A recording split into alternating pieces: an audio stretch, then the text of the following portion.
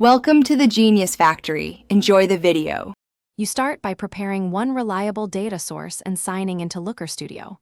Once done, create a new report and add that data source immediately so you can test connectivity.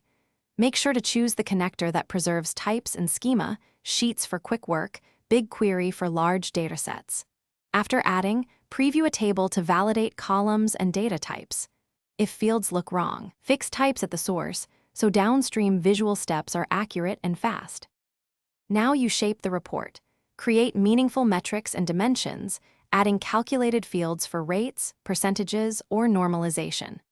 Once created, drag charts onto the canvas and assign the right metric/dimension combos, bar, line, scorecard for KPIs. If you must combine datasets, blend them on stable keys and confirm join direction. Mismatched joins create duplicates. Use filters and a global date control to let viewers explore. Make iterative adjustments and preview with realistic date ranges so everything aggregates correctly. To finish, refine visual hierarchy. Align, label, and choose contrast so readers scan quickly. Then configure sharing, set viewer/editor roles, and enable link access only as needed. Schedule automatic refreshes for live connectors and test exports to PDF or embedded iframe behavior. If data does not update, clear Looker Studio cache, verify connector credentials, and reauthorize the data source. That single reauthorize step resolves most sync failures.